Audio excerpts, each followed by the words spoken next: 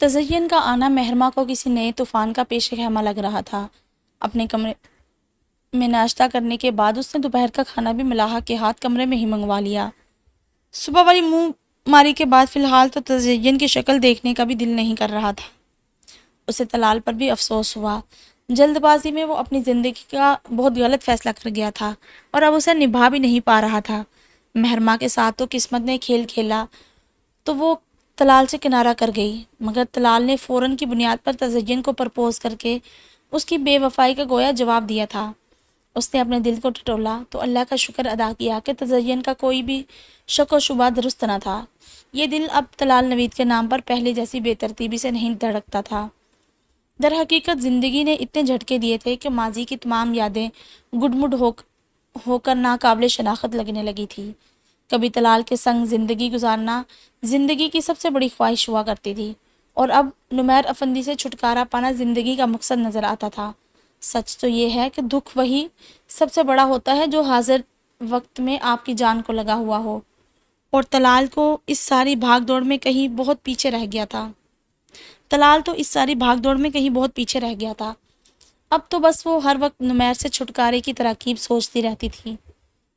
تم نے کیا تماشا بنا لیا ہے؟ کس سے چھپ کر کمرے میں بیٹھی ہوئی ہو؟ رات کے کھانے کے وقت تائی جان مہرما پر برس پڑی۔ ایسا کوئی فخر بھی نہیں ہے میرے پاس کہ جا کر ڈھٹائی کے سب کے درمیان بیٹھ جاؤں۔ وہ تکلیف دہ حد تک تلخ ہوتی جا رہی تھی، مگر جان بوجھ کر ایسا کوئی گناہ بھی نہیں کیا جس سے چھپ کر بیٹھنا پڑے۔ زندگی کی آنکھوں میں آنکھیں ڈال کر جینا سیکھو مہرما۔ تائی جان اسے کوئی چھوٹ دینے کے موڈ میں نہیں تھی۔ چلو اٹھو اور سب کے ساتھ بیٹھ کر کھانا کھاؤ۔ اس طرح کنارہ کشی کرو گی تو آگا جان پھر سے تمہاری طرف متوجہ ہو جائیں گے۔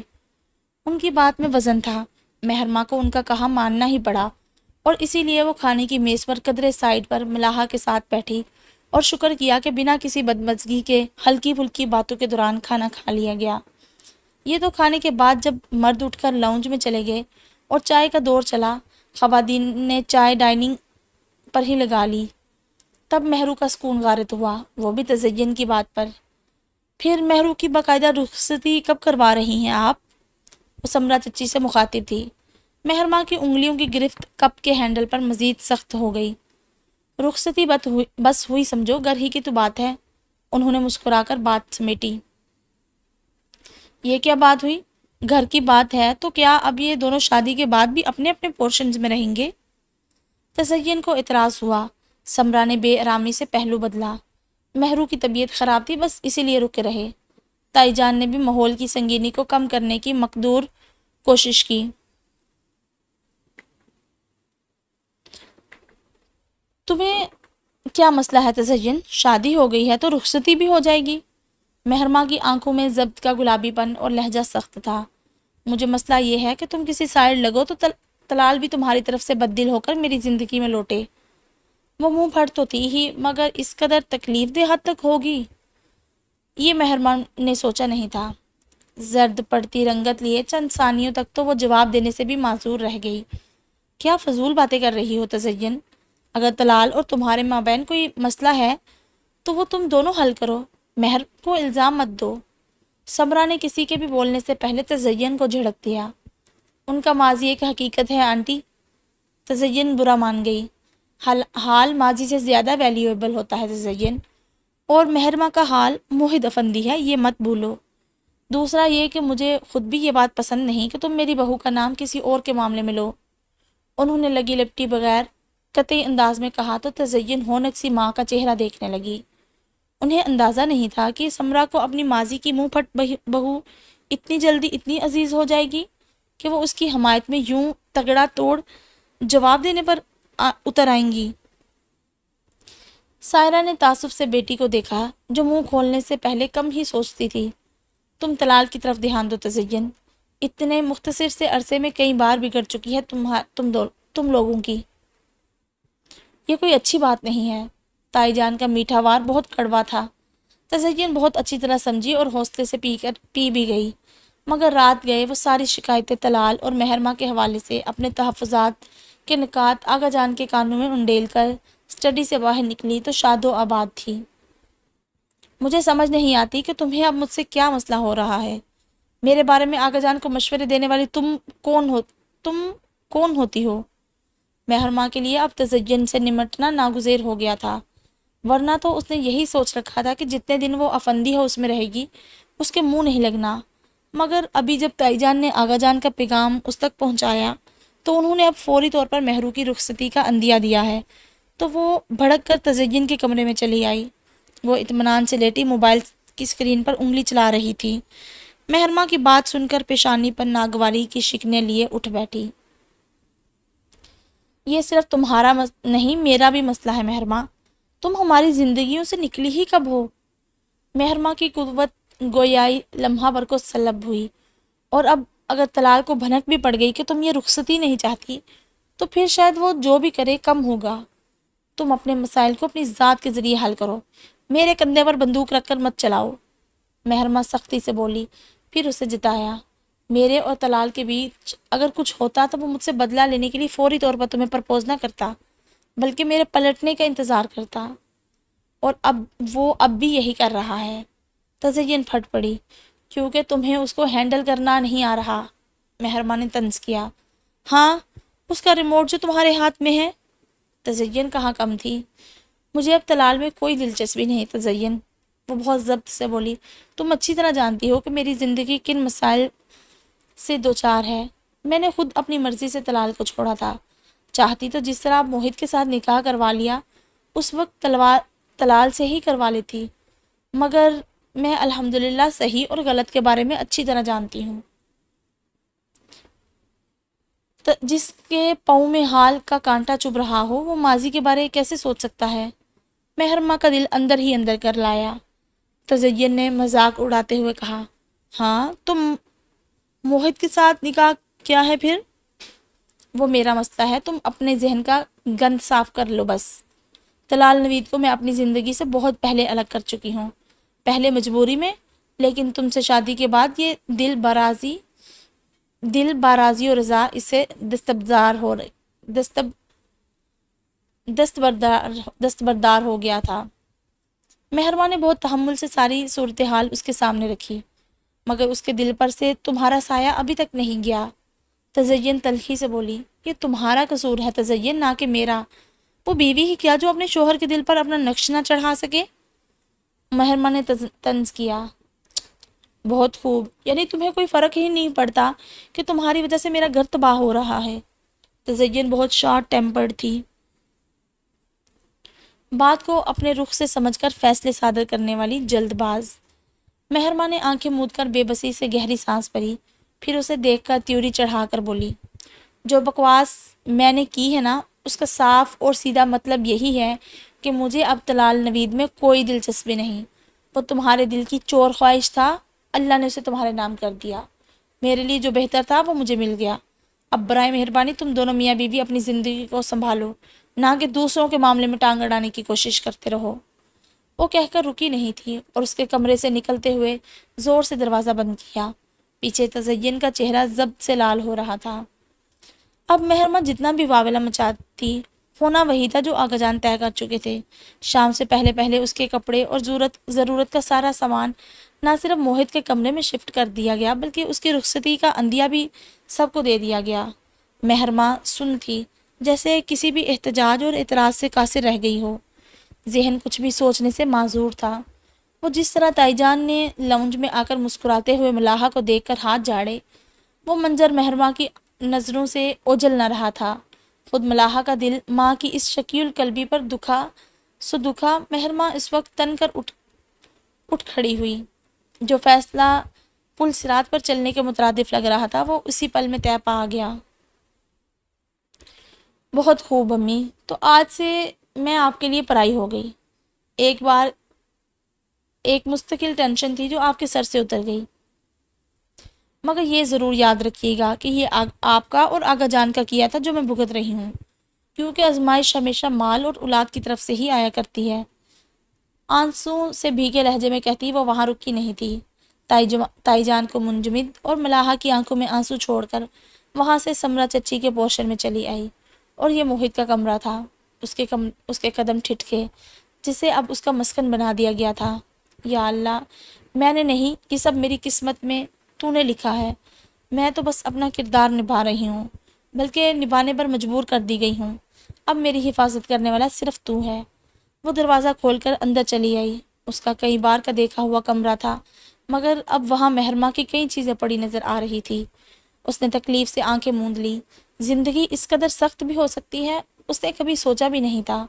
وہ تو بہت نازک احساسات کی مالک تھی، زندگی کو پھولوں کی سیج سمجھنے والی، مگر اب ایک دم سے کانٹوں بھری روش پر نکل آئی تو صرف پیر ہی نہیں، پورا وجود زخمی بلکہ لیر و لیر ہو گیا تھا۔ سمرا نے اسے کمرے کے باہر ہی روک لیا۔ جی خاتون، فرمائیے۔ وہ مسکرا دیا۔ آغا جان نے مہرماں کو رخصت کر دیا ہے۔ سمرا کی بات پر اس کو جھٹکا سا لگا، ایک دم مسکراہٹ گم ہوئی۔ کس کے ساتھ؟ بے اختیار ہی پوچھ لیا تو انہوں نے ذرا توقف کے بعد جواب دیا، تمہارے روم میں شفٹ کر دیا ہے اسے۔ واٹ؟ یہ موہت کے اعصاب کے لیے دوسرا بڑا جھٹکا تھا۔ وہ بہت کچھ سہ چکی ہے موہت، اب آگے کی زندگی تمہاری ذہانت اور سوچ پر ڈیپینڈ کرتی ہے، اسے مزید ہرٹ مت ہونے دینا۔ سمرا نے امید بھری نظروں سے اس کا چہرہ دیکھا جہاں بیزاری چھا چکی تھی۔ بے فکر رہیں آپ، وہ محترمہ بھی کسی سے کم نہیں ہے، زبان درازی کے مظاہرے تو ماضی قریب میں آپ دیکھ ہی چکی ہیں، اور آپ کا بیٹا تو دنیا کا آخری مرد ہوتا تب بھی انہیں قبول نہیں تھا۔ فضول باتیں مت کرو موہت، تم اس کے نہ چاہتے ہوئے بھی وہ پہلے شخص بن گئے ہو جسے اس نے قبول کیا ہے، اور جو میں کہہ رہی ہوں وہ تم اچھی طرح سمجھ رہے ہو۔ انہوں نے سختی سے ڈپٹا تو وہ اکتا کر بولا، اچھا ٹھیک ہے، اب مجھے میرے کمرے میں جانے کی اجازت ملے گی یا نہیں؟ تھکا ہوا آیا ہوں۔ وہ گہری سانس بھرتی وہاں سے ہٹ گئی۔ موہت لب بھینچے کمرے میں داخل ہوا تو اندر لیڈیز پرفیوم کی پھیلی ہوئی دلکش مگر انجان سی مہک قوت شامہ سے ٹکرا کر اس کے تمام حواس کو الرٹ کر گئی۔ اسی وقت موہت افندی کو شدت سے احساس ہو گیا کہ قدرت اسے ایک کڑے امتحان میں ڈال چکی تھی۔ وہ بہت مزمحل اور ہاری ہوئی کیفیت میں برآمدے کی سیڑھیوں پر بیٹھی تھی، سر نہاڑے، گویا زندگی کی بے ثباتی پر غور کر رہی ہو۔ کبیر بے اختیار ہی اس طرف بڑھ آیا۔ سیاہ جوتوں میں مقید مردانہ پیر نظروں کی گرفت میں آئے تو اس نے چونک کر سر اٹھایا۔ کیا بات ہے، ایسے کیوں بیٹھی ہیں؟ نگاہ کا انداز چاہے بدلا ہو مگر لب و لہجہ کے احترام میں قطعاً کوئی فرق نہیں آیا تھا۔ وہ تشویش بھرے لہجے میں پوچھ رہا تھا۔ ملاحہ نے آزردگی سے اسے دیکھا۔ ہارنے والے ایسے ہی بیٹھا کرتے ہیں کبیر، خاموش اور سر جھکا کر۔ ہار جانے کا فیصلہ وقت کرتا ہے ملاحہ بی بی، ہو سکتا ہے جسے آپ ہار سمجھ رہی ہوں وہ جیت کی پہلی سیڑھی ہو۔ کبیر کا انداز تسلی دینے والا تھا۔ مہرماں استہزائیہ مسکرا دی۔ کوئی زندگی کی بازی ہار گیا کبیر صاحب، اور آپ خوش گمانیوں میں گھرے ہوئے ہیں۔ بہتری کرنے والے اللہ کی ذات ہے، اس سے کچھ بعید نہیں، اور پھر سب سے بڑی بات یہ کہ ہو جانے کا افسوس کیا کرنا، اس سے اچھا ہے کہ آگے کی بہتری کے لیے کوشش کی جائے۔ وہ اپنی مخصوص نرمی سے کہہ رہا تھا۔ ملاحہ گہری سانس بھرتی اٹھ کھڑی ہوئی۔ تمہاری باتوں کے بل پر سوچا جائے تو زندگی کتنی آسان ہے خان۔ زندگی وہی بن جاتی ہے جیسا آپ اسے سمجھتے ہیں، اپنے گمان اچھے کر لیں بس۔ وہ خفیف سا مسکرایا۔ ملاحہ نے ترچھی نگاہ اس پر ڈالی۔ تمہاری زندگی تو بہت آسان ہوگی پھر۔ کبیر نے بے اختیار گہری سانس بھری۔ وہ بھول رہا تھا کہ اس کے سامنے ملاحہ افندی بیٹھی تھی، کوئی عام لڑکی نہیں، مگر پھر خود کو سنبھالتے ہوئے ہلکی سی مسکراہٹ کے ساتھ بولا، پہلے تو نہیں تھی مگر اب بہت آسان لگنے لگی ہے۔ ملاحہ کا دل الگ تان پر دھڑکا۔ اچھا، وہ کیسے؟ وہ چاہتی تو اس سوال کو جانے دیتی، مگر محبوب کے ہر جواب میں ہزار معنی ہوتے ہیں، اور ان ہزار معنیوں میں سے اپنے من پسند مطالب اخذ کرنے کا الگ ہی نشہ ہے۔ کبیر کی مسکراہٹ گہری ہوئی۔ جب سے یہ دل خوشگمانیوں میں گھرا ہے، آگے کی منظر بہت آسان لگنے لگی ہے۔ ملاحہ سے ان آنکھوں کے شربتی کانچ میں سے نگاہ ملانا مشکل ہونے لگا، لیکن زندگی کو گزرے کچھ عرصے میں اس نے بہت قریب سے دیکھا تھا۔ میں بھی اس سب کو بہت آسان سمجھتی تھی کبیر، مگر آپ ہی کو دیکھ کر ہمت ختم ہو گئی ہے۔ اس نے تھک کر پلر سے ٹیک لگا لی، 2 قدم کنارہ رہ جائے اور یک بہ یک آ کر مجھے گھیر لیں۔ اپنی نظروں سے یہ نظارہ دیکھا ہے میں نے۔ اللہ نے ان کے لیے بھی بہت اچھے فیصلے لکھے ہوں گے، مجھے یقین ہے۔ محبت کا کھو جانا، مسلسل آزمائش کا شکار رہنا، اچھے فیصلے کب ظاہر ہوں گے کبیر؟ اللہ کے ہر کام میں مصلحت ہوتی ہے ملاحہ بی بی، وہ صبر کریں تو پھل بہت اچھا ملے۔ وہ خلوص سے بولا۔ اس کے بعد ایک خاموشی دونوں کے درمیان ٹھہر گئی۔ وہ دونوں ہی چپ تھے، جیسے دونوں ہی اس خاموشی کو پاٹنا نہ چاہتے ہوں۔ پھر کسی خواب کے حصار میں گری ملاحہ کی آواز ابھری، اور ہم؟ اس کا سوال آدھا تھا مگر معنی پورا رکھتا تھا۔ کبیر نے اس کے ملیح چہرے پر ہلکی سی نظر ڈالی، آزردگی میں وہ بچوں کی سی خوف زدہ اور معصوم نظر آتی تھی۔ ہمارا بھی اللہ مالک ہے، وہ مسکرا دیا۔ اسے دیکھ کر تو اب دل ویسے ہی ہلکا پلکا ہو جاتا تھا۔ ملاحہ نے اسے ہلکا سا گھور کر دیکھا۔ یہ تسلی ہے یا مجھے ڈرا رہے ہو کبیر؟ وہ ہلکے سے ہنس دیا، پھر ذو معنی انداز میں بولا، یہ دعا ہے ملاحہ بی بی، ورد ہے، حرف دعا ہے۔ ملاحہ کی آنکھ بھر آئی۔ بس تم کبھی پلٹنا مت کبیر، ورنہ میں مر جاؤں گی۔ کول دیا ہے ملاحہ آفندی، اور مرد کول نہیں ہارا کرتے۔ کبیر کا لہجہ بہت سنجیدہ اور اٹل تھا۔ ملاحہ کا دل تو اس کے انداز تخاطب پر ہی دھڑک گیا۔ زندگی کی بساط پر آپ کو نہ جیتا تو کیا خاک جیے؟ وہ اس کے تمتماتے چہرے کو نگاہوں کی گرفت میں لیے ملائمت سے کہہ رہا تھا، اور ملاحہ وہ تو ہواؤں میں تھی گویا۔ کبیر نے ذرا جھک کر اس کے آگے سر خم کیا تو وہ کھل کر مسکرا دی۔ وہ بھی مسکراتے ہوئے اپنے کمرے کی طرف بڑھ گیا، جو انیکسی کی طرز پر باقی گھر سے الگ تھا۔ وہ تولیے سے تھپ تھپا کر چہرہ خشک کرتی واش روم سے نکلی تو موہد کو ایزی چیئر پر جھولتے پایا۔ محرمہ کی نظروں میں وہ ایک گھٹیا ترین سچویشن تھی کہ آپ ایک شخص کو ماضی میں بار بار نیچا دکھاتے رہے ہوں، اسے اس کی اوقات بتاتے رہے ہوں، اور اب ایک دم سے اس کے کمرے کے شراکت دار بن کر آ جائیں۔ اسے دیکھ کر کرسی کی حرکت رک گئی۔ وہ اٹھ کھڑا ہوا۔ محرمہ کا دل اچھل کر حلق تک آیا۔ اب وہ محرمہ کے مقابل کھڑا تھا۔ کسی کے واش روم میں گھس کر اتنا ٹائم لگانا ایٹیکیٹس کے خلاف ہے بائی دا وے، وہ جتانے والے انداز میں بولا تو محرمہ کی آنکھیں ذہنی جھٹکے کے تحت ایک دم سے پوری کھل گئی۔ اور میں پوچھ سکتا ہوں، ویسے تو بڑی بڑی باتیں کرتی ہو، تو یہ رخصتی کیوں ہونے دی تم نے؟ وہ طنز کر رہا تھا۔ یہ سب آغا جان کی خواہش پر ہوا، اور تمہارا اور سمرا چچی کا مشورہ بھی یہی تھا۔ شاید تم بھول رہے ہو موہد، محرمہ نے کٹیلے لہجے میں کہا۔ بہرحال تمہیں سٹینڈ لینا چاہیے تھا۔ نکاح کا مشورہ میرا تھا، رخصتی تو تم رکوا ہی سکتی تھی بے ہوش ہو کر۔ وہ بے نیازی سے کہتا اسے زہر لگا۔ مجبوری تھی کہ ساری عمر کے لیے بے ہوش نہیں رہ سکتی تھی، وہ لفظوں کو چبا چبا کر بولی تو چند لمحے اس کی بات پر گویا غور کرنے کے بعد گہری سانس بھر کر وہ بولا، ہاں یہ بھی ہے۔ محرمہ اس کی بات اور انداز پر کوڑ کر رہ گئی۔ وہ اپنے کپڑے لیے واش روم کی طرف جا رہا تھا۔ محرمہ بیڈ کے کنارے پر گرنے کے سے انداز میں بیٹھی، پھر کچھ سوچ کر فل فور اٹھی اور کمرے سے باہر نکلی۔ اس کا رخ سمرا کے کمرے کی طرف تھا۔ اسی وقت موہد کا بیڈ کی سائڈ ٹیبل پر پڑا موبائل بج اٹھا۔ موبائل کی سیاہ اسکرین پوری آب و تاب سے روشن تھی، اور اس پر نمیر افندی کالنگ کے الفاظ صاف دکھائی دے رہے تھے۔ جس نے جو گیم کھیلنی تھی کھیل لی، مگر میں اصلیت جانتی ہی نہیں، مانتی بھی ہوں چچی جان، کہ موہد سے پہلے میں نمیر افندی کے نکاح میں ہوں، اور میں اپنی عزت نفس کو مرنے نہیں دوں گی۔ تیز سانسوں کے درمیان وہ ان کے کمرے میں کھڑی تلخی سے کہہ رہی تھی۔ سمرا نے پریشانی سے اسے دیکھا۔ کیا ہو گیا مہر؟ موہد نے کچھ الٹا سیدھا کہا ہے کیا؟ اس نے کچھ نہیں کہا چچی جان، بس میں موہد کے کمرے میں نہیں رہوں گی۔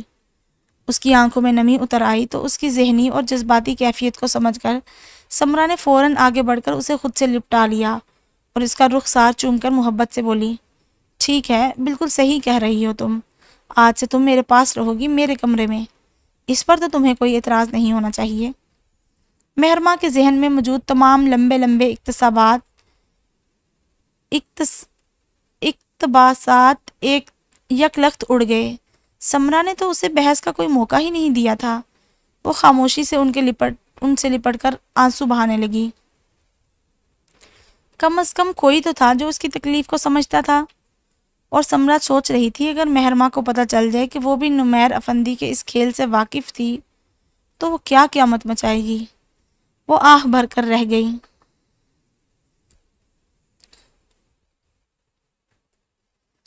موہت واش روم سے باہر نکلا تو اس کا موبائل بج بج کر اب خاموش ہو چکا تھا۔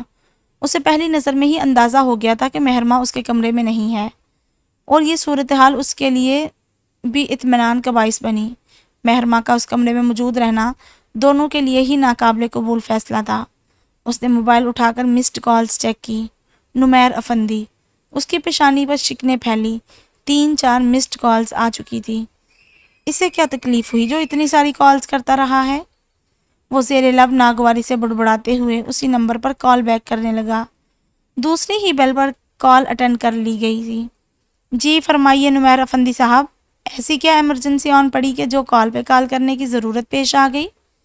وہ بھی اس صورت میں کہ میں نے تمہیں انتہائی ضرورت کے بنا کال کرنے سے منع کر رکھا ہے۔ وہ چبا چبا کر تلخی سے پوچھ رہا تھا۔ پھر دوسری طرف کی بات سن کر اس نے آنکھیں موند کر گہری سانس بھری اور اکھڑے ہوئے لہجے میں بولا، ٹھیک ہے، تمہارا کام ہو جائے گا، مگر اس سے زیادہ کی مجھ سے توقع مت رکھنا۔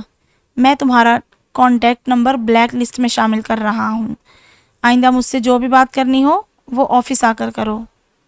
اس نے اگلی بات سنے بغیر لائن کاٹ دی تھی اور موبائل بستر پر اچھال دیا۔ اس نمیر افندی کا کھیل بھی جان کا وبال بنتا جا رہا ہے۔ زیر لب ناگواری سے خود کلامی کرتے ہوئے وہ آئینے کے سامنے کھڑا ہو کر بالوں میں برش پھیرتا غائب دماغی کی کیفیت میں تھا۔ اوپر سے مہرماں کی رخصتی کی ٹینشن۔ وہ سوچ چکا تھا کہ مہرماں کو سمرا کے کمرے میں شفٹ ہونے کا کہہ دے گا۔ اس کا خود کو کسی بھی قسم کے امتحان میں ڈالنے کا کوئی ارادہ نہیں تھا۔ وہ ناشتہ کر کے آفس کے لیے نکلا تو ایک حیران کن منظر نے اس کے قدم ٹھٹکا دیے۔ بہت نرمی سے مسکرا کر کچھ کہتی ملاحہ کالج جانے کے لیے گاڑی میں بیٹھ رہی تھی، اور دروازہ کھول کر کھڑا کبیر ابھی فرزین اندر سے آئی نہیں تھی شاید۔ موہت افندی کے لیے اس سارے منظر میں حیرت کی بات کبیر خان کی مسکراہٹ اور ملاحہ کے لیے مکمل توجہ بھرے تاثرات بنے تھے۔ وہ جانتا تھا کہ کبیر خان گھر کی خواتین کے سامنے نظر اٹھا کر بات نہیں کیا کرتا، تو پھر یہاں کیا تھا؟ لمحہ بھر میں ہی اس کے ذہن میں کلک ہوا۔ جو تعلق اور وابستگی ان دونوں کے مابین دکھائی دیتی تھی وہ موہت افندی سمجھ گیا تھا۔ کھنکار کر آگے بڑھتا وہ دونوں کو الرٹ کر گیا تھا۔ کبیر خان کے سلام کا جواب سر کے اشارے سے دے کر بے نیازی سے سن گلاسز آنکھوں پر لگاتے ہوئے ان کے پاس سے گزر کر وہ اپنی گاڑی کی طرف بڑھ گیا۔ وہ 1 ہفتہ افندی ہاؤس رہی، اور اس دوران طلال نے ایک بار بھی فون کر کے اس کی خیریت معلوم نہ کی تھی۔ تنگ آ کر سائرہ چچی نے خود ہی اسے احساس دلایا، بے وقوفی مت کرو تزین، جو گھوڑا پہلے ہی باغے توڑوانے کے در پر ہے تم اسے کھلا چھوڑ آئی ہو میری بچی۔ گھر قسمت سے نہیں عقل سے بنا کرتے ہیں۔ اور وہ ان کی بات اچھی طرح سمجھی، تبھی تو ڈھیٹوں کی طرح خود ہی ڈرائیور کو فون کر کے بلا لیا۔ دل میں طلال کی طرف سے شکوہ بھی تھا۔ گھر پہنچی تو ماما ہمیشہ کی طرح اپنی مخصوص سنجیدگی سے ملی، اس کا حال احوال پوچھا اور اس کے گھر والوں کی خیریت بھی دریافت کی۔ تزین بھی نارمل موڈ میں ان کی باتوں کا جواب دیتی رہی، پھر چینج کرنے کا کہہ کر بیگ اٹھائے کمرے میں چلی آئی۔ اے سی لگا کر وہ خود کپڑے تبدیل کرنے واش روم میں گھس گئی۔ فریش ہو کر باہر نکلی تو موبائل لیے بستر پر نیم دراز ہو گئی۔ پتہ تو چلے محترم طلال صاحب کس مصروفیت میں بزی ہیں۔ اس نے طلال کو کال ملائی تھی۔ اپنے گھر اور کمرے کی ملکیت کا احساس سے قدرتی موڈ قدرتی طور پر ہی اچھا ہو گیا تھا، ورنہ آتے ہوئے تو دل میں اس کی طرف سے شدید غبار بھرا ہوا تھا۔ بیل بج کر لائن خود بخود ڈسکنیکٹ ہو گئی۔ 2 بار 3 بار 4 بار تزین نے اس کے دونوں موبائل نمبرز چیک کر لیے۔ بیل جا رہی تھی، فون بزی بھی نہیں تھا، مگر وہ باوجود اس کے نمبر دیکھنے کے کال اٹینڈ نہیں کر رہا تھا۔ اس کا بی پی ہائی ہونے کو تھا۔ اب ظاہر ہے وہ دونوں موبائل فون آفس میں رکھ کر تو کہیں باہر نہیں جا سکتا نا۔ تنگ آ کر کچھ سوچتے ہوئے اس نے آفس کے لینڈ لائن نمبر ملایا تو وہ بزی جا رہا تھا۔ اوہ، تو گویا لینڈ لائن پر مصروف ہے جناب۔ اس کو قدرے حوصلہ ہوا، مگر پھر بھی اس نے طلال کے پی اے کا نمبر ملا لیا۔ مسز طلال بول رہی ہوں۔ طلال کہاں ہیں اس وقت؟ وہ کال اٹینڈ نہیں کر رہے میری، بہت باروب انداز میں پوچھا۔ اس سے پہلے بھی کئی بار طلال کے پی اے سے بات ہو چکی تھی۔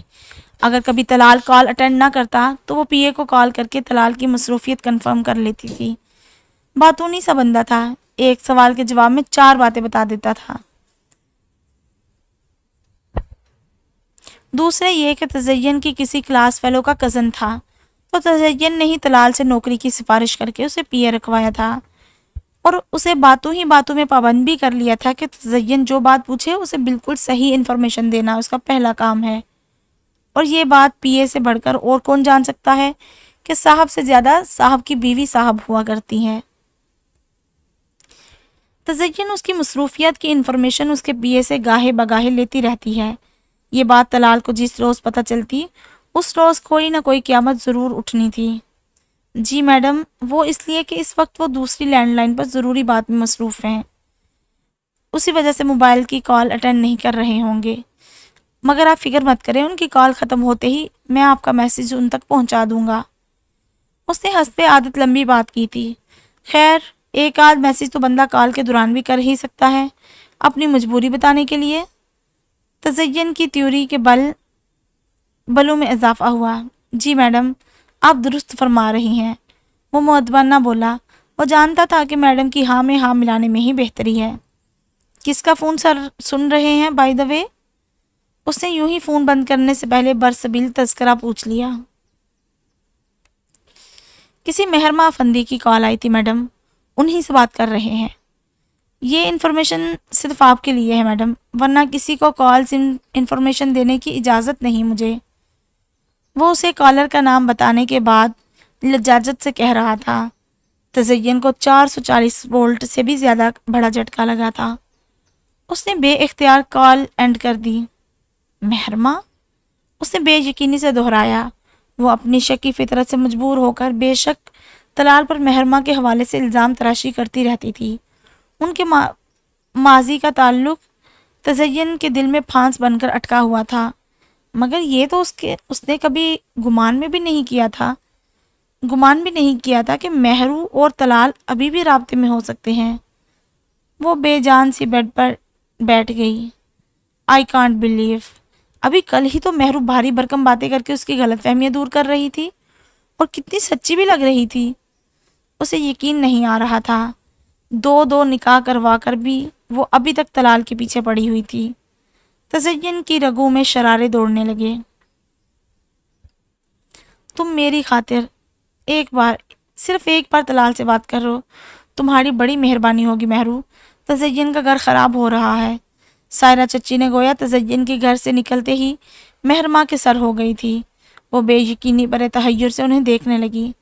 اس پہ تمہارا قصور نہیں ہے، مگر طلال کو پتہ نہیں کیا خوش فہمی ہے کہ وہ ابھی تک تمہارے پلٹنے کے انتظار میں ہے۔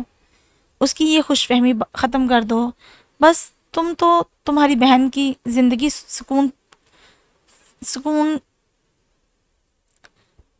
اس کی یہ خوش فہمی ختم کر دو بس، تم تو تمہاری بہن سکون کی زندگی گزار سکے۔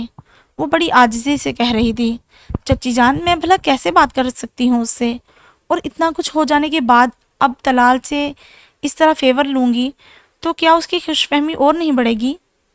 وہ بالفرض وہ میری بات مان بھی لیتا ہے تو کیا اس سفارش پر تزین کا پارا نہیں چڑھے گا؟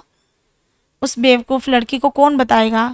تم بس میری بات کی لاج رکھ لو بیٹا، ایک بے بنیاد بات کے پیچھے روز روز گھر چھوڑ کر آنا بھی تو ٹھیک نہیں۔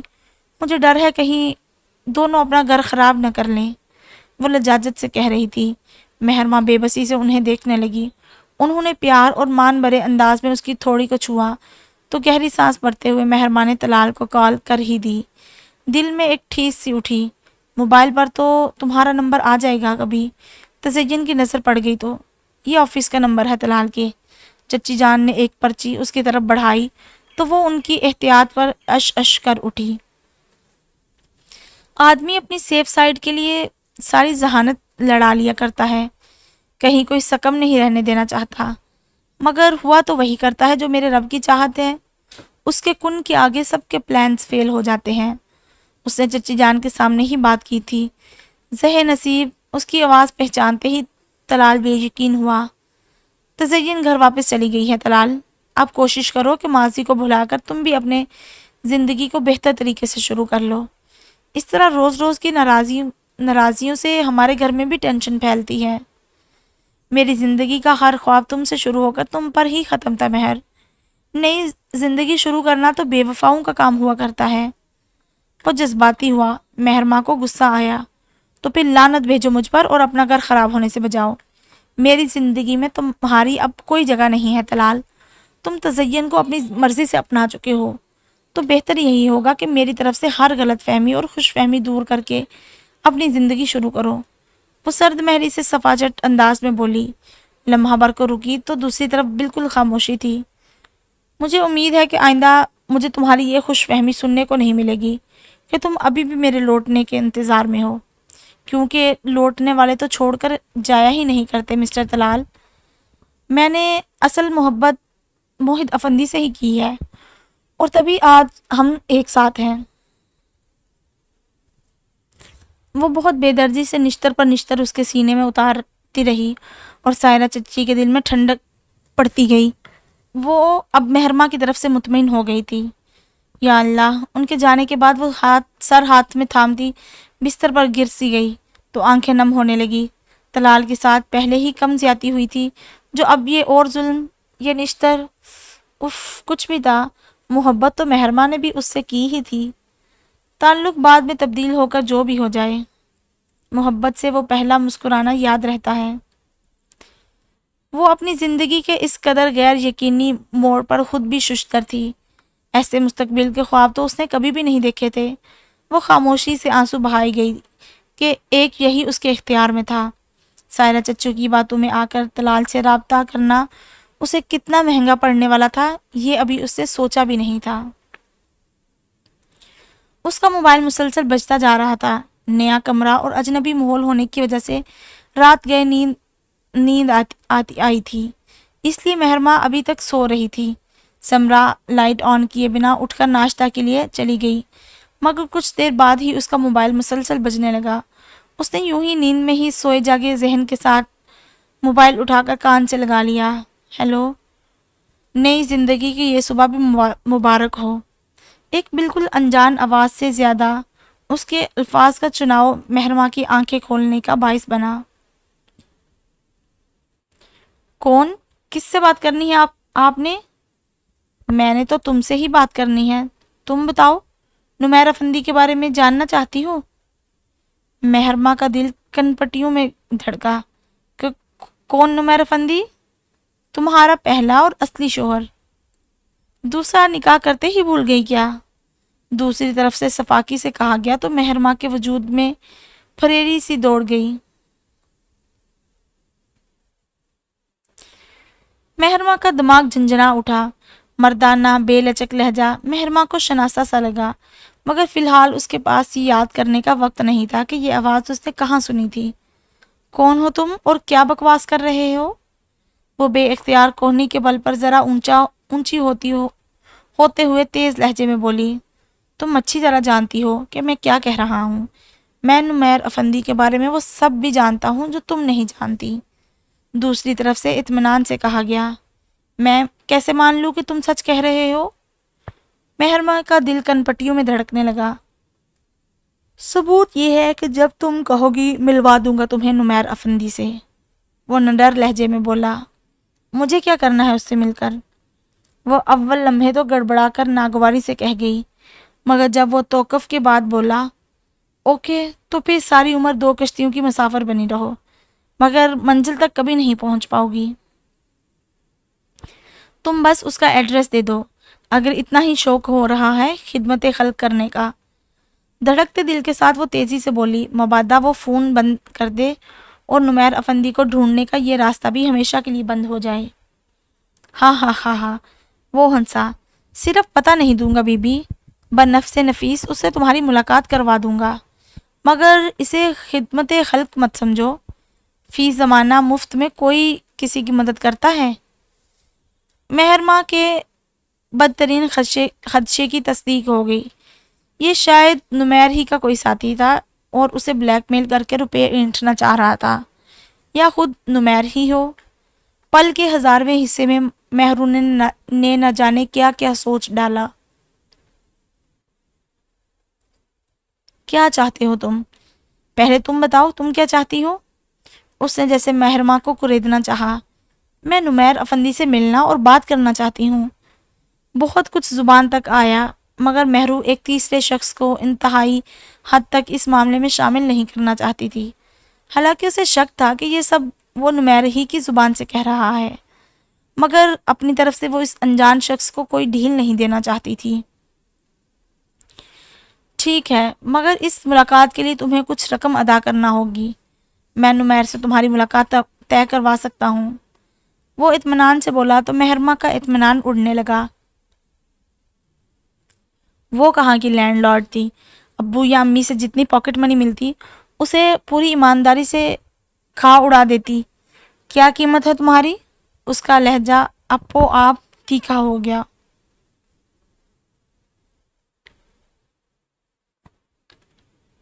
ایک ملاقات 1,00,000 روپیہ، وہ آرام سے بولا جیسے 1 روپیہ کہہ رہا ہو۔ مہرماں کا خون کھولا۔ اور اس بات کی کیا گارنٹی ہے کہ تم روپے لے کر فرار نہیں ہو جاؤ گے؟ اکاؤنٹ کھلوانے کے بعد کون بھاگتا ہے بلا؟ وہ ہنسا۔ دیکھو میرے پاس اتنے پیسے نہیں ہیں، مجھے گھر والوں کو بتانا پڑے گا۔ مہرماں اصل بات پر آئی۔ نہیں، وہ تیزی سے بولا، صرف تم ملو گی اس سے، یہ بات یاد رکھنا، ورنہ ساری زندگی ڈھونڈتی رہو اسے۔ تم کون ہو؟ مہرماں نے چبھتے لہجے میں پوچھا۔ اور تمہارے کہنے پر نمیر افندی کیوں مجھ سے ملاقات کرنے پر راضی ہوگا؟ آم کھاؤ بی بی، پیر گننے کا کام مت کرو۔ وہ معنی خیزی انداز میں بولا تو مہرماں نے بمشکل غصہ ضبط کیا۔ اب یہ بتاؤ منظور ہے تو میں جگہ بتاتا ہوں کہ کب اور کہاں پیسہ پہنچانا ہے۔ وہ کہہ رہا تھا۔ مہرماں کو لگا کہ آج اگر نمیر افندی ہاتھ سے نکلا تو دوبارہ کبھی نہیں ملے گا۔ 1,00,000 روپیہ کہاں سے آئے گا؟ یہ اس نے نہیں سوچا، فی الفور بولی، ٹھیک ہے تم بتاؤ کہاں ملے گا وہ مجھے؟ ملاحہ، تمہارے پاس کل ملا کر کتنی جمع پونجی ہوگی ابھی؟ مہرماں نے ملاحہ کو کال کی تھی، ابھی منہ ہاتھ دھو کر واش روم سے نکلی تو ناشتے کے لیے جانے کی بجائے اس نے موبائل اٹھا کر ملاحہ کو کال ملائی۔ نئے پرانے کوئی 15 سوٹ ہوں گے اور ساتھ جولری۔ جوتوں کے کل ملا کر 8 جوڑے ہیں۔ وہ حیران سی ہو کر سوچ کر بولی تو مہرماں نے تحمل سے کہا، بے وقوف، پیسوں کی بات کر رہی ہوں میں۔ اوہ اچھا، وہ تو کافی ہوں گے، 8-10 ہزار ہے میرے پاس۔ آپی تمہیں چاہیے کیا؟ وہ خجل ہوئی، پھر خلوص سے پوچھا تو مہرو کا دل بجھ گیا۔ اسے ایسے بلا 1,00,000 کیسے جمع ہونا تھا؟ مجھے تو کچھ زیادہ ہی چاہیے، وہ بڑبڑائی، مگر ملاحہ نے سن لیا۔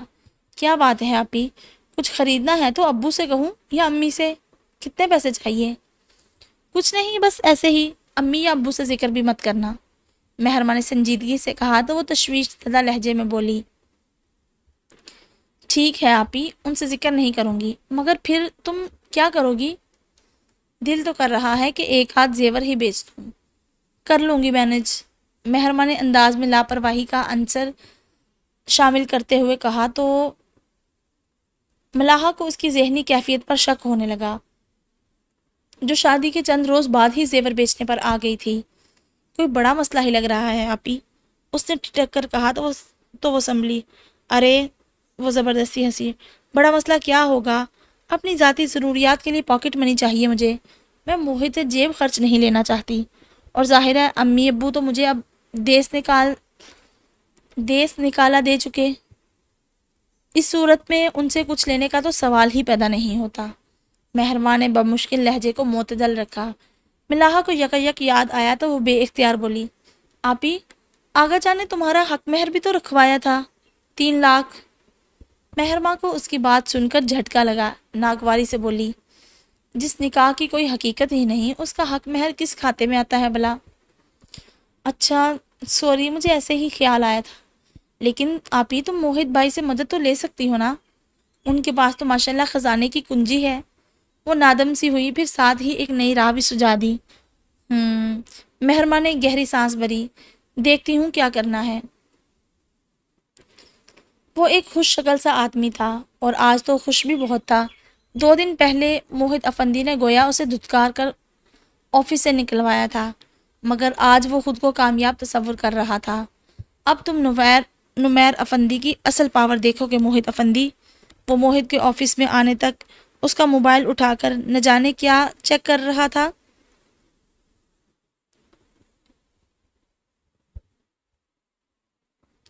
اتنی بڑی جائیداد پر اکیلے تو عیاشی نہیں کرنے دوں گا تمہیں۔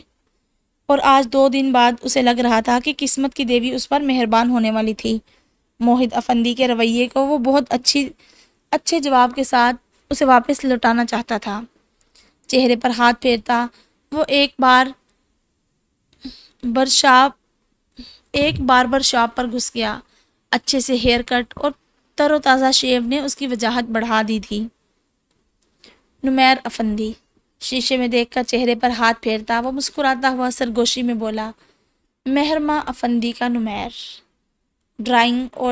ڈائننگ روم کے ساتھ ٹی وی لاؤنج سب کا مشترکہ تھا، ورنہ افندی ہاؤس کی تعمیر اور کمروں کی تقسیم ایسی تھی کہ سمرا، سارا اور تائی جان کے پاس ایک ایک پورشن تھا، مگر وہیں بڑا سا ایک کچن مشترکہ ہی تھا۔ تو مہرماں لاکھ وہاں سے ناراض سہی، مگر کھانے کی میز پر تو لامحالہ ان سے سامنا ہونا ہی تھا۔ کاٹن کی ہلکی سی کڑھائی والے سوٹ میں ملبوس، کان گلا بالکل خالی، سمرا ناشتے کے بعد اب اخبار کنگال رہی تھی۔ تائی جان کو آہستہ آواز میں سلام کر کے مہرماں ناشتے کے لیے بیٹھ گئی۔ ملاحہ اس کے لیے ناشتہ بنانے چلی گئی۔ تم کیا خالی ہاتھ کان لے کر چلی آئی ہو؟ بندہ ذرا سا لپسٹک لگا کر بال ہی بنا لیتا ہے، پتہ بھی ہے سارا کتنا نوٹ کرتی ہے ان باتوں کو۔ تائی جان اسے ٹوکے بنا رہ نہ پائی تو مہرماں نے بس سلگتی نظروں سے ماں کو دیکھا، مگر کوئی جواب نہیں دیا اور کپ میں چائے نکالنے لگی۔ تائی جان نے سمرا کو دیکھا، وہ اخبار میں مگن تھی۔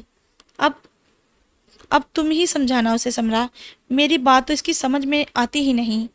انہوں نے اپنا یہ دکھاتے ہوئے سمرا کو بات میں گھسیٹا تو انہوں نے ایک نظر پہلے تائی جان کو دیکھا اور پھر اخبار لپیٹتے ہوئے رسان سے بولی، مہرو ماشاء اللہ سے خود بہت سمجھدار ہے، اور آپا ویسے بھی آپ جانتی ہیں مجھے دھونس اور زور زبردستی بالکل بھی پسند نہیں۔ میری طرف سے تو یہ اپنی مرضی کی مالک ہے، جو چاہے پہنے اوڑے۔ اچھا طریقہ ہے اپنے زیور کو تجوری میں بند رکھنے کا۔ تائی جان نے دل ہی دل میں دانت کچکچا لیے۔ بیٹی کی بے وقوفی کا تو انہیں پتہ ہی تھا، زیور اور کپڑے لتے کی اسے پرواہ ہی نہیں تھی، اور اگلے چند لمحوں کے بعد وہی ہوا جس کا انہیں ڈر تھا۔ مہرو ناشتہ کر رہی تھی جب سائرہ آج کے پکائے کا مشکل ترین سوال لے کر آ گئی، مگر مہرماں کو دیکھ کر ٹوکے بنا نہ رہ سکی۔ تم کیا سر جھاڑ منہ پھاڑ بیٹھی ہوئی ہو؟ کوئی آ ہی جاتا ہے گھر میں، کسی کو کیا پتا تمہارے دل کی حالت؟ اور ویسے بھی سہاگنوں کے ہاتھ کان خالی اچھے نہیں ہوتے، برا شگن ہوتا ہے۔ لو جی، انہوں نے تو سارا فلسفہ حیات ہی کھول کر رکھ دیا۔ مہرماں کا دل چاہا چائے کا کپ زور سے پٹک کر یہاں سے اٹھ ہی جائے، اوپر سے تائی جان کی دیکھا میں نہ کہتی تھی والی نظریں۔ ابھی تو اٹھی ہوں ناشتے کے لیے چچی جان، اب کیا 9 لکھا ہار پہن کر سیدھی ناشتے کی ٹیبل پر آ جاتی؟ سادہ سے انداز میں کہا، پھر لمحہ بھر کے توقف کے بعد اضافہ کیا، آنٹی نے بہت کچھ گفٹ کیا ہے مجھے، پہن کر دکھاؤں گی آپ کو۔ ہاں بھائی، سمرا کا تو اپنا ہی زیور مان نہیں تھا، ظاہر ہے اکلوتی بہو کو ہی چڑھائے گی نا۔ اور اب تو موہد نے بھی دیا ہوگا کچھ تحفہ۔ وہ اب بات کو گھما کر اندر سے کیا نکالنا چاہ رہی تھی یہ مہرماں کو اچھی طرح سمجھ آ رہا تھا، مگر وہ لب بھینچ گئی۔ دنیا تو یہی جانتی تھی کہ وہ موہد کے نکاح میں ہے، اب کسی کو کیا پتا اس نکاح کا تو کوئی وجود ہی نہیں تھا جو موہد افندی سے ہوا ہے۔ اصل حقیقت جس نکاح کی تھی وہ تو دنیا نے ہوتے دیکھا ہی نہیں تھا، مگر کبھی کبھار سب کچھ جانتے بوجھتے ہوئے بھی کچھ اپنے سنگ دلی میں پرائیوں سے بڑھ جایا کرتے ہیں۔ سمرا نے مہرماں کی دلی کیفیت کو خود پر گویا وارد محسوس کیا تو وہ سائرہ کا دھیان بٹانے کے بولی، آپ یہ بتائیں آج پکا کیا رہی ہیں؟ گفتگو کا موضوع بدل چکا تھا۔ ملاحہ بہن کے اسپاٹ چہرے کو تفکر سے دیکھ رہی تھی، جو چائے کے چھوٹے چھوٹے گھونٹ بھرتی نہ جانے کس سوچ میں گم تھی۔ تزین کو گھر میں پا کر طلال کے ہونٹوں پر تلخ مسکراہٹ آ گئی۔ ادھر وہ اندر ہی اندر پیچو تاب کھا رہی تھی، لیکن یوں ایک دم سے الٹ پڑنا بھی صحیح نہیں تھا۔ وہ جا کر پہلی فرصت میں اپنے پیے کو فارغ کرتا اور آئندہ کے لیے طلال کے بارے آفس ٹائم رپورٹ ملنا بند ہو جاتی۔ مگر اگلے روز آفس جانے سے پہلے وہ عقل کا اندھا خود ہی تزین سے الجھنے کا سامان کر بیٹھا۔ اب آ گئی ہو تو گھر سنبھالنا شروع کرو، اپنا کچن کی ذمہ داری لو، میرا اپنا ناشتہ تو کم از کم خود بنا لیا کرو۔ ہو تو رہا ہے سب کچھ، مجھے کیا ضرورت پڑی ہے چیزوں میں گھس کر زبردستی اپنی جگہ بنانے اور ذمہ داریاں لینے کی؟ وہ صفا چٹ بولی۔ طلال کے لیے تو اس پل دل و دماغ میں محض غصہ بھرا ہوا تھا، ورنہ شاید ٹھنڈے دل سے اس کی بات پر غور کر ہی لیتی۔ کسی کے دل میں جگہ بنانی ہو تو پہلے گھر اور گھر کے کاموں میں اپنی جگہ بنانی پڑتی ہے۔ ہر بار مائکے جا کر واپسی کا دروازہ کھلا ملے گا، یہ بھول ہے تمہاری، وہ تند لہجے میں بولا تو تزین نے بے یقینی سے اسے دیکھا۔ اور اب یہ بار بار پیچھے جا کر وہاں تماشا لگانا چھوڑ دو، ان کو سکھ کا سانس لینے دو۔ ان کا مستقبل سردرد میں جو اپنے سر لے چکا ہوں، وہ اسی جلے کٹے انداز میں کہہ رہا تھا۔ تزین کے تو گویا زخموں پر کسی نے نمک کا ڈبہ انڈیل دیا۔ وہ تو کل سے یوں ہی بھری بیٹھی تھی، پھٹ پڑی۔ میں جانتی ہوں کن ذرائع سے تمہیں یہ خبریں ملتی ہیں اور کون ہے جو تم سے مسلسل رابطے رکھے ہوئے ہیں وہاں کی رپورٹ دینے کے لیے، مگر کبھی اپنی محبوبہ کو یہ بھی شرم دلاؤ کہ تمہارے ساتھ تو بے وفائی کی ہی تھی، اب کم از کم اپنے شوہر کی تو وفادار بنی رہے۔ اب طلال اسے ساری عمر بتا نہ سکتا تھا کہ مہرماں نے اللہ کا واسطہ ہے میرا پیچھا چھوڑ دو کہنے کے لیے کال کی تھی۔ تم اپنا سوچو کیسے مر رہی تھی مجھ سے شادی کرنے کے لیے، خود کو میرے سامنے پیش کر دیا تم نے، حالانکہ تب میری اور مہرو کی شادی طے تھی۔ ہو نہ سکی وہ ایک الگ بات ہے، مگر تم نے بھی شب خون مارنے میں کوئی کسر نہیں چھوڑی تھی، اور اب دیکھو ایسے بیہیو کرتی ہو جیسے احسان عظیم کیا ہو مجھ سے شادی کر کے۔ وہ حقارت سے کہہ رہا تھا۔ تزین کا خون کھول اٹھا، مگر وہ خون کے گھونٹ پینے پر مجبور تھی، کیونکہ طلال کا کہا ایک بھی لفظ غلط نہیں تھا۔ میں بھی اپنا گھر بنانا اور سنوارنا چاہتی ہوں، تمہارے دل و دماغ پر اپنا خیال نقش کرنا چاہتی ہوں، مگر تم میرا ساتھ دو تب نہ۔ اپنے انداز پر خود ہی غور کر لو، میں کہوں گا تو شکایت ہوگی۔ وہ کاٹ دار انداز میں کہتا بریف کیس کھول کر چیک کرنے لگا۔ تم اپنی زندگی میں کھلنے والا محرم نامہ کا دروازہ ہمیشہ کے لیے بند کر دو تو ہمارا گھر بھی جنت بن جائے گا۔ تزین نے طنز کیا تھا، اگر تمہیں ذرا سی بھی عقل ہوتی تو تم دیکھ لیتی کہ محرمہ نام کے دروازے کو مجھ پر اللہ نے بند کیا ہے، اور وہاں سے بند ہونے والے دروازے ہماری چاہت کی چابی سے بھی نہیں کھلا کرتے، بیوقوف عورت۔ وہ سلگ کر کہتے ہوئے آفس کے لیے نکل گیا، مگر تزین کے دل میں جو آگ لگی تھی وہ بجھی نہیں بلکہ مزید بھڑکی۔ اس نے سوچ لیا تھا کہ اس آگ کو اس کے صحیح مقام پر لگا کر ہی دم لے گی۔ دروازہ کھٹکھٹانے کی آواز پر وہ چونکا، پرفیوم رکھ کر پلٹا، یس، اور مہرماں کو اندر آتے دیکھ کر وہ ذرا حیران بھی ہوا۔ ابھی کچھ دیر پہلے ہی وہ آفس سے آیا تھا اور اب اسے کسی دوست کی طرف جانا تھا، لیکن مہرماں کا اس کے کمرے میں آنا کوئی عام بات نہیں تھی۔ مجھے ایک کام تھا تم سے، اگر تم کر سکتے ہو تو۔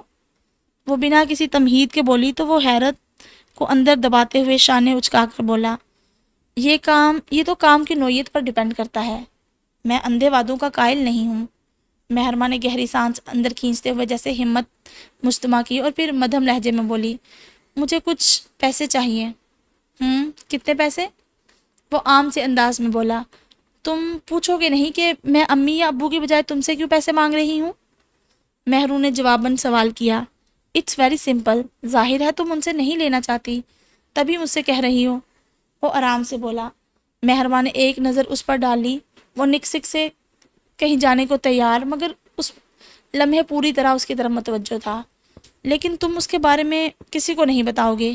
مہرماں اسے پکا کرنا چاہتی تھی۔ اب اگر بات کھل جاتی تو بات بننے سے پہلے بات کے بگڑنے کا اندیشہ تھا۔ اب کی بات موہت کی پیشانی پر بل پڑے۔ دیکھو، یہ لڑکیوں والی قسمیں اور قرآن میں نہیں اٹھا سکتا، اور نہ ہی اتنے تھوڑے دل کا مالک ہوں کہ ایسی فضول باتیں سب کو بتاتا پھروں۔ تم بولو، کتنے پیسے چاہیے؟ اس نے گھڑی پر اچڑتی نگاہ ڈال کر گویا اسے وقت کی تنگی کا احساس دلایا۔ وہ کھنکاری۔ عزت نفس گوارا تو نہیں کر رہی تھی کہ وہ موہت سے پیسوں کا مطالبہ کرتی، مگر مصیبت ہی کچھ ایسی آن پڑی تھی کہ کم بخت انا کے سر پر پیر رکھنا پڑ گیا تھا۔ تم یہ مت سمجھنا کہ شاید میں اس کاغذی نکاح کا ایڈوانٹیج لے رہی ہوں۔ الحمدللہ میں اتنا ذہین نہیں ہوں، تم اماؤنٹ بتاؤ۔ وہ تب کر بولا۔ تب وہ ایک دم سے بولی، بس 1,00,000 روپیہ چاہیے مجھے۔ وہ جو 20 یا 30 ہزار کا سوچ رہا تھا حیران ہوا۔ اتنے پیسے کیا کرنے ہیں؟ ضرورت ہے مجھے موہت، بس اور کچھ مت پوچھنا۔ اینڈ ڈونٹ وری، میں یہ قرض کے طور پر لے رہی ہوں، لٹا دوں گی تمہیں۔ آہستہ آہستہ اسے تسلی دی تو اس نے تیکھی نظروں سے اسے دیکھا۔ بالکل لٹا دینا، ورنہ تو میں فٹ پاتھ پر آ جاؤں گا۔ جس کے پاس ہوا اسے تو 1,00,000 سے 100 روپے ہی لگتا ہے۔ اچھا، جس کے پاس ہو اسے تو 1,00,000 روپیہ بھی 100 روپیہ ہی لگتا ہے۔ مجھ سے پوچھو جسے مانگنا پڑ رہا ہے۔ وہ اندر سے سخت آزردہ تھی۔ موہت سے تو ہمیشہ برابری کی سطح پر مقابلہ کرتی آئی تھی، یوں اس سے ایک سیڑھی نیچے کھڑے ہو کر بات کرنا اپنی نظروں میں گرا رہا تھا، مگر کیا کرتی؟ موہت کے علاوہ جس سے بھی اتنی رقم مانگتی وہ بال کی کھال اتارتا۔ اگر تم شاپنگ کرنا چاہتی ہو تو ماما کو کہہ دیتا ہوں میں۔ موہت نے کھوجتی نظروں سے اس کا چہرہ دیکھا۔ نہیں، میں نے کہا نا، تم کسی سے بھی اس بارے میں کوئی بات نہیں کرو گے۔ مجھے شاپنگ نہیں کرنی موہت، مجھے یہ روپے چاہیے بس۔ اگر تم بنا وجہ بتائے دے سکتے ہو تو بتاؤ، وہ فی الفور بولی تو موہت نے لمحہ بھر اسے دیکھ کر گہری سانس بھری۔ اب اگر تم اس دعوے اور یقین کے ساتھ آئی ہو تو، وہ کہنے لگا تھا کہ وہ اس کا مطلب سمجھ کر بیچ میں ہی اس کی بات کاٹ گئی۔ جی نہیں، مجھے ایسا کوئی دعویٰ نہیں تم پر، تم مجھ سے زیادہ امیر ہو، بس اس لیے سوچا تم سے ہی مانگ لوں۔ موہت نے اسے ہلکا سا گھور کر دیکھا۔ ویسے تو میں نہیں سمجھتا کہ تمہیں اتنے پیسوں کی ضرورت ہو سکتی ہے، مگر اب جب کہ تم میرے پاس آئی ہو تو مجھے تمہارا یہ مطالبہ ماننا ہی پڑے گا۔ شام تک کا ویٹ کرو بس۔ بہت شکریہ۔ موہت نے اس کا چہرہ کھلتے دیکھا تو وہ ٹھٹکا۔ سب کچھ ٹھیک تو ہے نا مہر؟ وہ گڑبڑائی۔ کیا مطلب؟ ہاں بالکل سب ٹھیک ہے، اگر کوئی پرابلم ہے تو مجھ سے شیئر کر سکتی ہو تم۔ موہت نے بغور اسے دیکھا۔ جب وہ آئی تھی تب اس کا چہرہ پژمردہ ہو رہا تھا، مگر 1,00,000 ملنے کا سن کر وہ کھل اٹھی تھی۔ اب سب ٹھیک ہو جائے گا، ڈونٹ وری۔ اور یہ یقین تمہیں کس نے دلایا ہے؟ موہت سنجیدہ تھا۔ میرے دل نے، وہ بے اختیار بولی۔ پھر اسے دیکھا۔ کیا شام تک یہ رقم مجھے مل جائے گی؟ مل جائے گی۔ تھینک یو سو مچ موہت۔ وہ متشکر تھی۔ واپس پلٹی تو موہت کی آواز پر بے ساختہ ٹھٹک گئی۔ یہ رقم خرچ کرنے کے بعد تو تم مجھے ضرور بتاؤ گی کہ یہ پیسہ کس مصرف میں آیا ہے۔ ضرور، پھر تو خود ہی سب کو پتہ چل جائے گا۔ وہ اطمینان سے کہہ کر اس کے کمرے سے باہر نکل آئی۔ موہت پرسوچ انداز میں وہیں کھڑا اس 1,00,000 کے مصرف کے بارے میں اندازے لگاتا رہ گیا۔ اس کی پیشانی پر شکن تھی۔ وہ کمرے کی طرف بڑھتی اسی خیال میں تھی کہ آگے کیا ہوگا۔ اب موہت پر اتنا بھی مان نہیں تھا کہ اس کی بات پر آنکھیں بند کر کے اعتبار کر لیتی کہ وہ ان 1,00,000 کی بابت کسی کو نہیں بتائے گا۔ ماضی میں اس کے ساتھ مہرماں کے تعلقات بہرحال اتنے خوشگوار کبھی بھی نہیں تھے۔ وہ کمرے میں داخل ہوئی تو سمرا اندر ہی موجود تھی۔ اسے دیکھ کر مسکرا دی، مگر وہ مسکرا بھی نہ پائی، بلکہ دل ہی دل میں کڑ کر رہ گئی۔ بھلا یہاں کون سے زندگی میں دھنک کے رنگ بکھر گئے جو وہ مسکرا کر ہر لمحے دنیا کو اپنا خوش ہونا باور کرواتی رہتی۔ ڈھیلے ڈھالے سے انداز میں ان کے پاس بستر کے کنارے ٹک گئی۔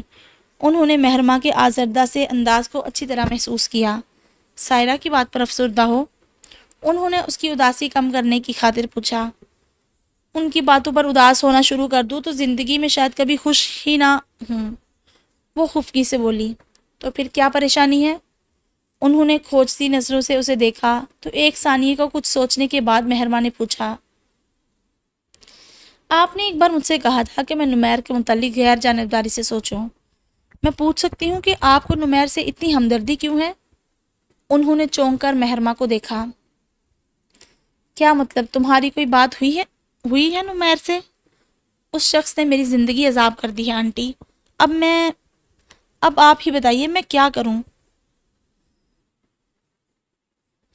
کیا یوں ہی ساری عمر موہد اور نمیر کے درمیان کٹی پتنگ کی طرح ڈھولتی رہوں؟ بس اتنا کرو کہ اس کے خلاف افندی ہاؤس والوں کے دماغ سے مت سوچو۔ وہ میرے ساتھ کون سی نیکیاں کر رہا ہے جس کی وجہ سے میں اس کے متعلق اچھا سوچتی رہوں؟ وہ اتنا برا نہیں ہے مہرما جتنا کہ یہ لوگ اسے بنا رہے ہیں۔ وہ اتنا اچھا بھی نہیں ہے جتنا کہ آپ سوچ رہی ہیں۔ 14 سال پہلے کے بچے اور آج کے نمیر افندی میں بہت فرق ہے آنٹی، وہ بے دلی سے بولی۔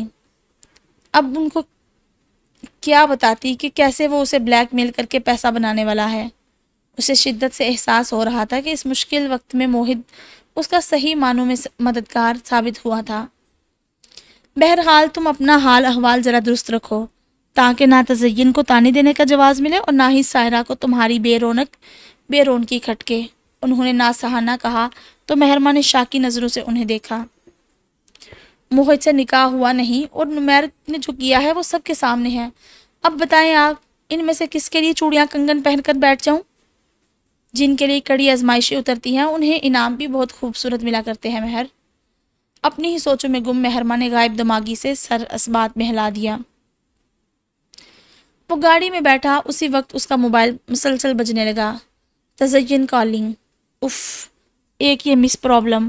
موہد نے گاڑی سٹارٹ کرنے سے پہلے ہی کال اٹینڈ کر لینا مناسب سمجھا۔ دوسری طرف تزین گویا بارود سے بھری بندوق بنی ہوئی تھی۔ کہاں ہو تم اس وقت؟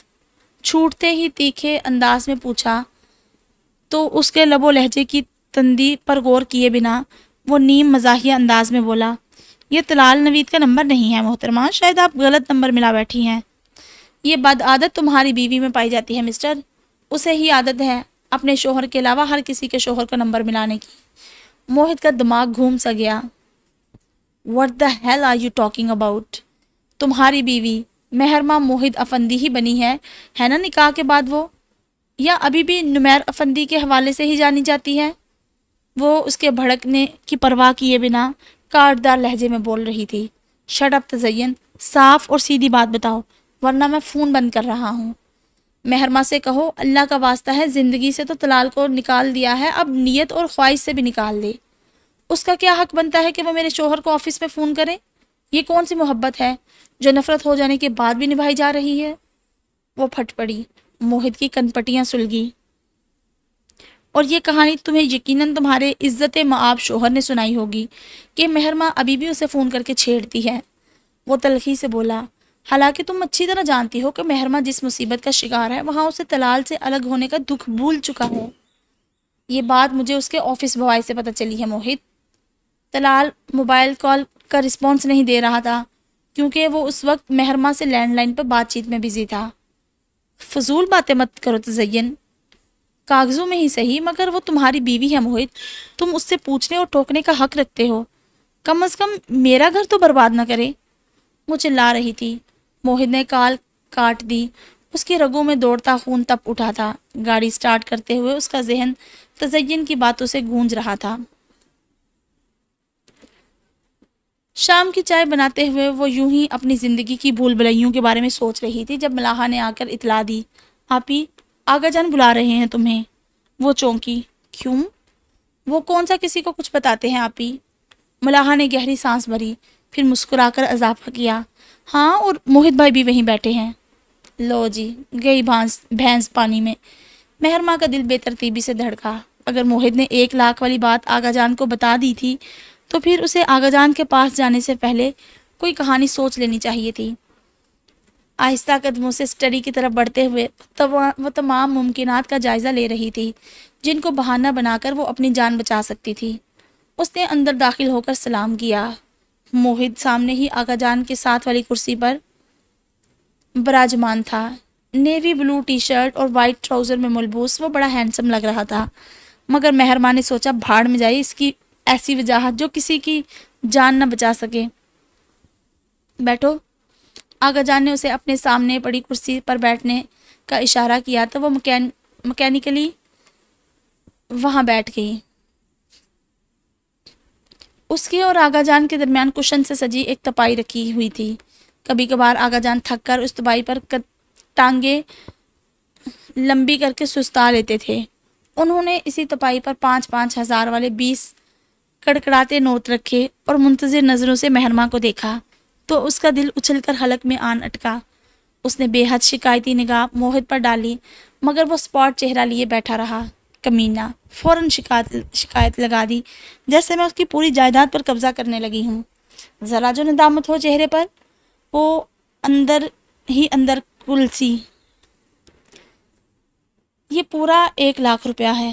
اب بتاؤ کس لیے چاہیے تمہیں؟ آقا جان کی نظروں میں محسوس کن سختی تھی۔ مہرماں کو اپنی سانس تنگ ہوتی محسوس ہوئی۔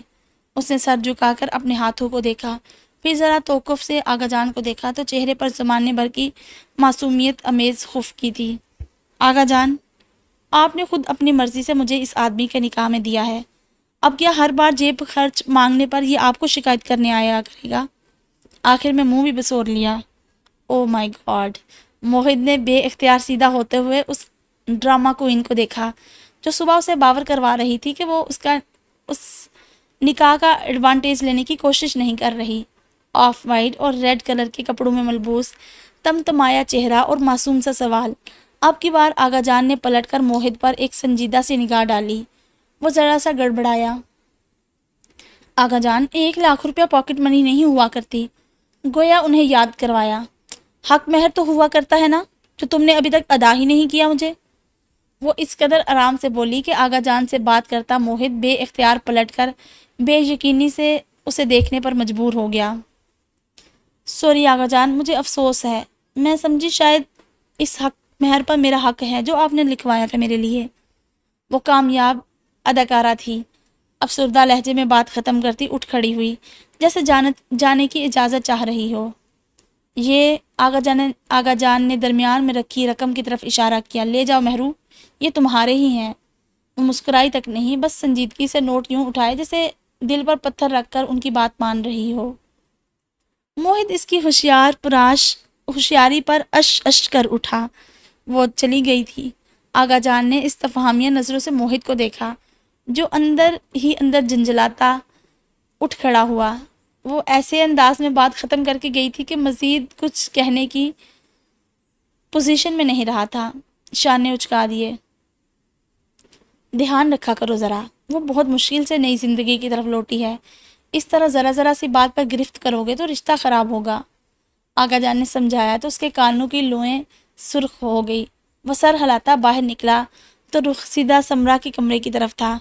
اس کی تو ایسی کی تیسی، وہ تو بلی کو تھیلے سے باہر نکالنا چاہ رہا تھا، ادھر وہ اسی کو چونا لگا گئی تھی۔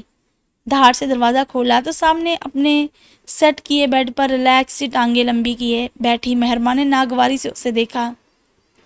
ایٹیکیٹس، مینرز وغیرہ، کبھی یہ الفاظ تمہاری نظروں سے گزرے تو ہوں گے؟ بڑے تحمل سے طنز کیا تو وہ کھا جانے والی نظروں سے اسے دیکھتا اس کے سامنے جا کھڑا ہوا۔ تم نے آقا جان کے سامنے جھوٹ کیوں بولا؟ میں نے ایک بار بھی تم سے پوچھا ہے کہ تم نے یہ معاملہ آقا جان کو کیوں بتایا؟ مہرماں نے الٹا پوچھا۔ اب تم مجھ سے حق مہر لوگی؟ پوچھ سکتا ہوں کس حق سے؟ وہ چبا چبا کر شرمندہ کرنے والے انداز میں بولا، مگر وہ قطعاً شرمندہ ہونے کے موڈ میں نہیں تھی۔ مہرماں نے ہلکے سے شانے اچکائے۔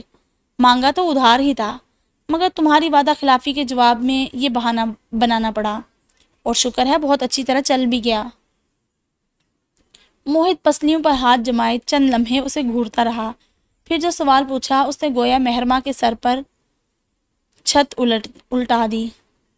تم نے طلال کو کال کی تھی؟ تمہیں کس نے بتایا؟ وہ بے اختیار سیدھی ہوئی تو موہت کی آنکھوں میں تعصب اتر آیا۔ اس نے تو یوں ہی پوچھا تھا، مگر مہرماں کا سوال اس کے سوال کا جواب بن گیا تھا۔ مہرماں نے خفیف سا ہو کر اسے دیکھا، پھر ڈٹائی سے بولی، تم مجھ سے اس طرح کے سوال جواب کا حق نہیں رکھتے۔ خوب، وہ تلخی سے بولا، یعنی تم اس کاغذی نکاح نامے کا سہارا لے کر مجھ سے حق مہر وصول کر سکتی ہو، اور میں اس کاغذی رشتے کے بل پر تم سے ایک سوال تک نہیں پوچھنے کا اختیار رکھتا۔ بڑا کڑا طنز تھا۔ مہرماں بلبلا اٹھی۔ لعنت بھیجتی ہوں میں اس فیک نکاح نامے پر۔ اگر تم آغا جان کے سامنے بھانڈا نہ پھوڑتے تو مجھے یہ مکروہ کام نہ کرنا پڑتا۔ تم کسی مصیبت میں پھنسی تو مجھے مت بلانا، سمجھی؟ سنجیدگی سے کہہ کر وہ باہر کی طرف بڑھا۔ دروازہ کھولا تو مہرماں نے آواز دی، موہد۔ اس کا ہاتھ نوب پر تھم سا گیا۔ پہلے تو ادھار کی مد میں یہ رقم لے رہی تھی، مگر اب چونکہ حق مہر والی ہے تو واپسی کا سوچنا بھی مت۔ اس کی آواز کانوں سے ٹکرائی تو وہ لب بھینچے دروازہ کھول کر دھاڑ سے مارتا ہوا چلا گیا۔ مہرماں نے گہری سانس بھری۔ اس کی پیشانی پر شکن تھی۔ موہد کے اس اقدام نے نہ چاہتے ہوئے بھی مہرماں کو وہ حق استعمال کرنے پر مجبور کر دیا تھا جس پر اس کا اصولاً اور شرعاً کوئی حق نہیں تھا۔ لیکن یہی سزا ڈیزرو کرتے ہو موہد۔ وہ ذہن کو کل کے دن کی طرف فوکس کرنے لگی جب اس کی ملاقات نمیر افندی سے طے ہوئی تھی، اور اسے پورا یقین تھا کہ وہ اس سے پیسہ چھڑانے میں کوئی نہ کوئی تدبیر کر ہی لے گی۔ کبیر مؤدبانہ اس کے سامنے موجود تھا۔ تم سے ایک کام ہے کبیر، لیکن رازداری مشروط ہے، موہد نے کہا تو کبیر نے احتراماً سر کو ہلکی سی جنبش دی۔ موہد نے گہری نظروں سے اسے دیکھا۔ آج سے تم مہر بی بی پر نظر رکھو گے۔ اسے کہیں بھی ڈراپ کیا تو واپس لوٹنے کے بجائے تم اس کے آس پاس رہو گے، نظر رکھو گے تاکہ کوئی اسے نقصان نہ پہنچائے۔ بالکل ٹھیک، میں سمجھ گیا سر۔ اور تمہاری سب سے بڑی کامیابی ہوگی مہرماں کی نظروں میں نہ آنا۔ Right sir. سر؟ موہد نے بھویں اچکائی۔ چھوٹے ہو مجھ سے شاید، موہد بھائی کہہ سکتے ہو۔ یہ کسی امیر کی غریب پر مہربانی تھی۔ کبیر مسکرا دیا۔ عادت نہیں ہے موہد صاحب، ہو جائے گی۔ وہ مسکرا دیا۔ اینی ویز اپنی ڈیوٹی کو اچھی طرح سمجھ لو، کامیاب ہوئے تو تمہیں تمہاری مرضی کا انعام ملے گا۔ وہ معنی خیزی سے مسکرایا تو کبیر بے ساختہ اسے دیکھنے لگا۔ موہد نے اس بات میں سر ہلایا تو وہ مطمئن ہو کر اعتماد سے بولا، آپ فکر مت کریں، میں جان لڑا دوں گا اپنی۔ شاید اسی طرح پچھلی کوتاہی کا داغ دھل سکے۔ اس میں تمہاری کوئی غلطی نہیں تھی کبیر۔ قسمت اپنی کھینچی ہوئی لکیروں پر چلتی ہے، نہ کہ ہماری سوچ کی سیدھ پر۔ موہد نے اسے ریلیکس کیا تو وہ پھیکے سے انداز میں مسکرا دیا۔ کبیر کے جانے کے بعد موہد نے ذہن میں ملاحہ کی بتائی گئی باتوں کو دہراتے ہوئے اندازہ لگانا چاہا کہ آخر اتنی ایمرجنسی میں اسے 1,00,000 روپے کی کیا ضرورت آن پڑی تھی۔ ویسے تو وہ ادھار کی مد میں یوں ہی اسے رقم دینے والا تھا۔ یہ ملاحہ ہی تھی جس کی باتوں سے اسے لگا کہ اندرون خانہ معاملہ کچھ اور ہی تھا۔ اگلے دن مہرماں نے بہت وقت پر ناشتہ کیا اور سب کے ساتھ بڑی معتدل طبیعت کے ساتھ رہی۔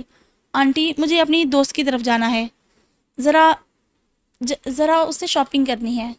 اس نے گھڑی کی طرف چور نظروں سے دیکھتے ہوئے سمرہ سے اجازت طلب کی تو وہ مسکرا دی۔ انہیں خوشی ہوئی کہ وہ نارمل زندگی کی طرف لوٹ رہی تھی۔ موہد سے کہوں وہ آ کر تمہیں ڈراپ کر دے گا؟